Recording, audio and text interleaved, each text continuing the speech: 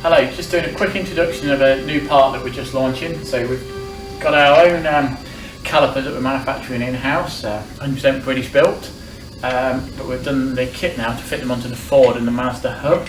So what we've got are two different alley brackets that turn the radial mount caliper into a lug mount caliper that will go direct fit onto the Ford Sierra hub and the direct fit onto the Mazda MX-5 hub.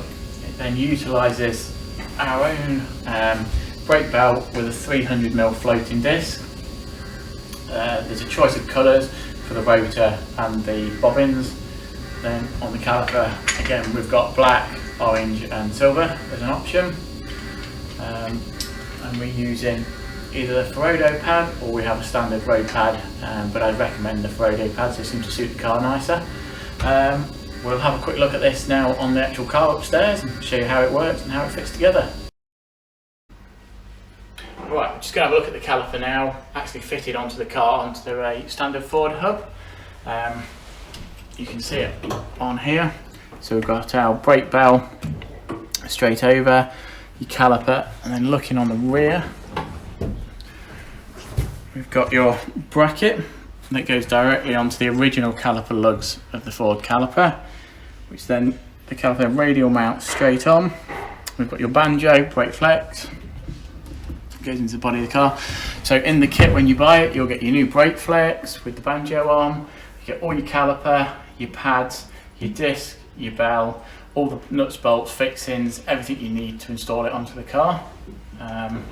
It looks a lot nicer than the original Ford caliper. If you look at this one here, this is the standard Ford setup, which is a lot heavier disc. The caliper's cast iron, so the weight difference of your unspun weight is massive.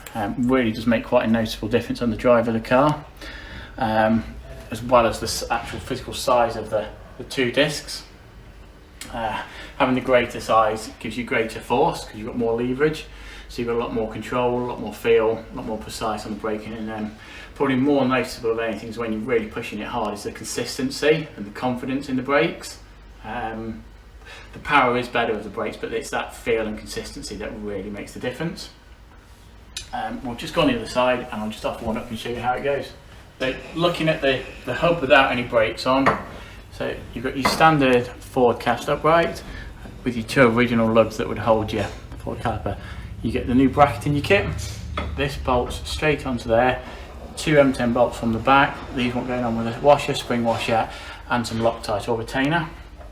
Once that's on there, your disc will go on.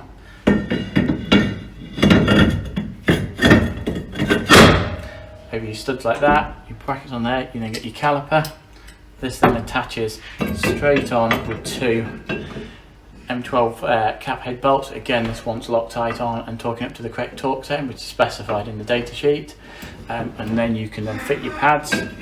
The banjo fitting from the brake line just goes straight in the end. Again, just route this nice, tighten it up so you've got really nice clearance from lock to lock and up and down your suspension, so it's not going to chafe anywhere. Put your pads in and then bleed in. It's just standard bleeding each side at a time, so you've got no air in the system. Pretty straightforward. There's a data sheet that comes with them to give you all the settings and everything. Thank you for looking.